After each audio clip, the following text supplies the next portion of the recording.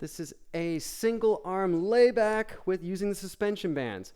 What we're doing is we're holding the bands with one arm here, and we're laying back, swinging this chest open, reaching our arm back here while our feet staying straight forward out there, getting a little rotation in our core here. And when I'm back here, I'm still squeezing my shoulder back and down. I'm still hanging onto that shoulder there. When I get back here, I'm not letting the shoulder go and reaching out away and getting out of its socket there.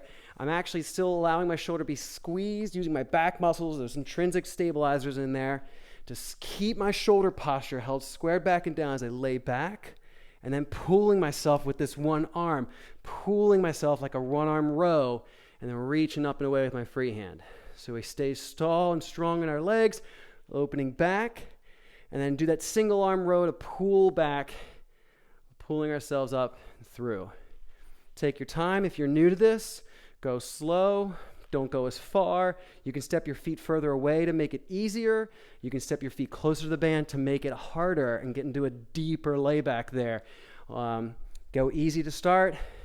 Challenge yourself to where you're keeping that good form, especially in the shoulder that's holding onto the bands.